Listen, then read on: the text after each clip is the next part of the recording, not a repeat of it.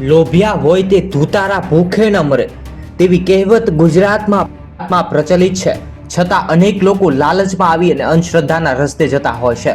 વધુ રૂપિયા કમાવાની લાલચ વડોદરાની એક મહિલાને ભારે પડી. તાંત્રિક વિધિના નામે ભાવનગરના એક તાંત્રિકે વડોદરાની મહિલા સાથે દુષ્કર્મ આચર્યું. હાલ મહિલાને વિધિના નામે વિશ્વાસમાં લીધી ત્યારે મહિલાએ વડોદરાના ગોત્રી પોલીસ સ્ટેશનમાં તાંત્રિક સામે પોલીસ ફરિયાદ દાખલ કરાવી છે. પ્રાપ્ત વિગત અનુસાર વડોદરાના ગોત્રી વિસ્તારની અંદર રહેતી એક મહિલાના અગાઉ 2 વાર લગ્ન થયા હતા. તેને પ્રથમ પતિની 2 સંતાનો પણ હતા. હાલ પ્રથમ પતિના લગ્નોત્તર સંબંધના કારણે અને બીજા પતિને દારૂની ટેવ હોવાની મહિલાને છૂટાછેડા થયા.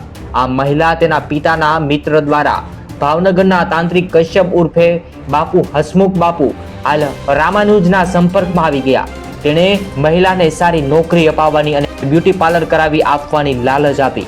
આ માટે તેણે કહ્યું કે તે વિધિ કરાવવી પડશે. તેના કહ્યા મુજબ વિધિ કરવામાં આવી. ત્યારબાદ સમય પણ નક્કી કરવામાં આવ્યો.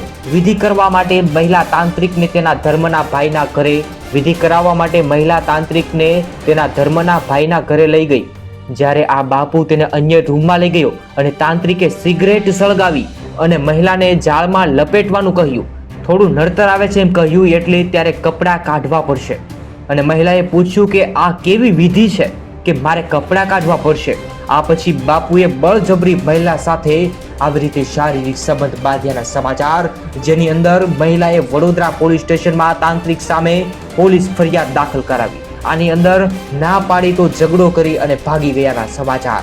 મિત્રો, તમારે આ વિડીયો વિશે શું કહેવું છે જરૂરથી કોમેન્ટમાં જણાવો. આવી રીતે ગુજરાતના તમામ સમાચારની અપડેટ તમારા મોબાઈલમાં જોવા માટે જેડી ન્યૂઝ ચેનલ સબસ્ક્રાઇબ કરો.